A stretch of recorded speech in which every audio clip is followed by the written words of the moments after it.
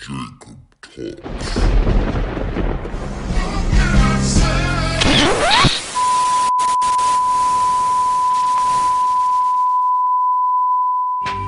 Finally I'm free. Finally I'm free. As I go out to sea, I can walk on water. The wicked in his pride doth persecute the poor. Let them be taken in the devices that they have imagined. Issued an alert for doctors here in the U.S. warning them of a new virus outbreak. I know, right? Another one? Okay. Well, the agency is asking physicians to be on the lookout for cases of Marburg virus. And you might be thinking, what is Marburg virus? Paola Suro joins us now to break down what exactly it is and what the infection looks like. Hey, Paola. Yeah, Faith, I've got that answer for you. Marburg is in the same family as Ebola. Both diseases are viral, fatal, and can cause internal bleeding and damage to your organs. So let's show you a list of the symptoms people with Marburg can experience. These include headache, fatigue, and bleedings. And while there have yet to be cases reported in the U.S., the CDC says it is important doctors see the warning signs of this infection they are calling rare but deadly.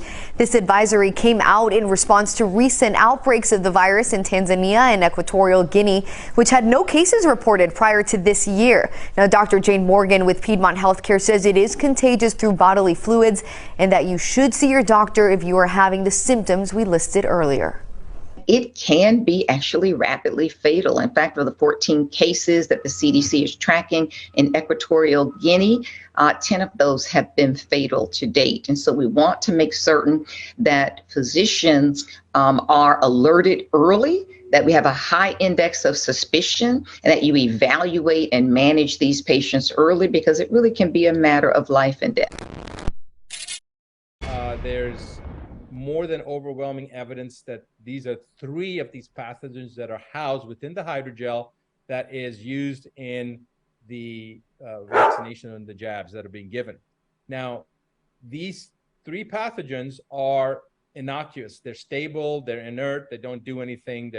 You wouldn't even know that they're there, okay? But the hydrogel is the fixative that is within. So it's think of it almost like paraffin or cryo, or something that's preserved, okay? It's like a storage. It's a vehicle to deliver whatever they're trying to deliver, like the messenger RNA or whatever else they're doing, but it's also fixating these things and keeping them stable. So they're essentially, it's a payload, very high levels. It's the payload of pathogens that are being held in this hydrogel, almost like a sleeper cell. We know that Marburg is not particularly contagious, but it has an extraordinarily high rate of fatality. And we know the mechanism by which this will be released. And that is inside of these shots that people already received, inside the lipid nanoparticles, the hydrogel, there exists pathogens inside of the particles that have not yet opened. Those pathogens are chimeric. They include E. coli Marburg, Ebola staphylococcus, and brewer's yeast, amongst others. We know that upon the broadcast from the 5G system that is now employed across the United States and the world for that matter, when they broadcast an 18 gigahertz signal for 1 minute, 3 different times as a pulse, it will cause those lipid nanoparticles to swell and release these pathogenic contents, thereby causing a Marburg epidemic that they've already spent the money on. It's already done, right? The Marburg epidemic, for purposes of the law, has happened. And now we just need the actual disaster to happen. And there's actually worse parts to it than that, including the 1p36 gene deletion that effectively will turn those poor people into zombies. As odd as that sounds, our government's preparing for that. He said they would broadcast at 18 gigahertz signal for 1 minute, 3 different times as a pulse. Let's get this reoccurring scripture. These are the times when it's really being made manifest. Revelation 13 and 18, because it says this: here is wisdom, let him that hath understanding, meaning those who have insight in what, first and foremost, and I can't stress it enough, the understanding of this truth, doing the knowledge and wising yourself in the experience, hence having the understanding, seeing clearly who the beast and what his system really is, essentially how it was set up to function. Count the number of the beast, for it is the number of a man, and his number is 603 score and 6. Now, the entail of that opening clip speaks volumes in these end times. We'll go through the whole clip, but this part resonated with me outright because of Esau's inclination to perform and implement his agenda by numbers. Why? My opinion is that there is no better way for him to pervert the truth. Call halal Yahweh Bashem Yashai Bashem Akakwadash. Double honors unto the apostles and elders of Great Millstone. Shalom to you of us that are hopeful. Shalom to the elect. Now, the Hebrew word for truth is amath, where we get the word math. Ergo, if it don't add up, then it don't make no sense, meaning it ain't the truth. The implementation of the UPC code and a digital monetary system, the CBDC, social credit scoring is manipulating of algorithms to the far extreme of murdering by numbers. Esau has almost perfected perverting what is, matter of fact, he has, there is no almost involved. He has perfected perverting what is initially intended for righteousness' sake, i.e. the truth. The reason why I brought this verse out in particular is because we know that 6 is the number of man, 6 speaking to the appendages of man, arm, leg, arm, head, and your third leg, to keep it PG. Coming up, I was taught 6 is the limit of the beast because he was incomplete. 7 being the number of God, which is completion. And incomplete, speaking to his beast-like nature. Jude 1 and 18. Let's go there. Jude 1 and 18 says this: how that they told you there should be mockers in the last time, who should walk after their own ungodly lusts. So to mock, scoff, scorn, and deny the power and spirit that is Yahweh Bashem Yahushai is an ungodly lust. Jude 1 and 19, to straight to the point.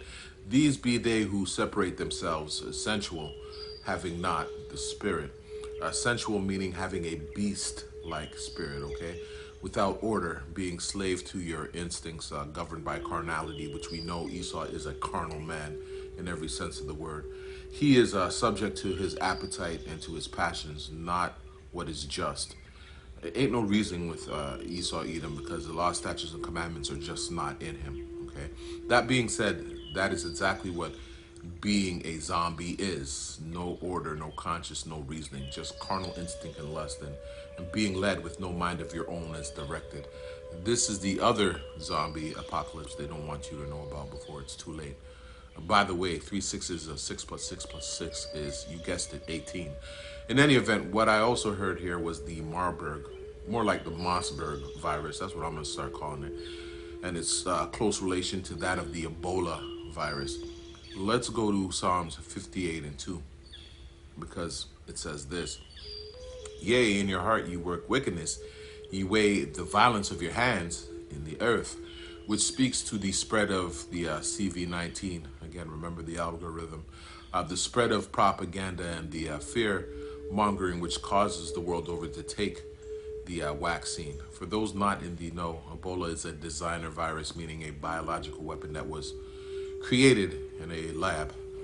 And you know it's not the product of a natural occurrence because it has a patent. Now, they'll tell you the reason it's patented is not because it was engineered, but because it allows use of the strain for testing and to create vaccines or other vaccines and prevent someone else coming in to restrict the beneficial uses of the invention. But I don't buy that. And given Esau's track record with the ineffectiveness of the latest vaccine, you know, the one where you can take it but still get sick and exhibit all the same symptoms. Nah, I'm not buying it. In any event, the Ebola virus is a part of the depopulation method. And who are they trying to get rid of?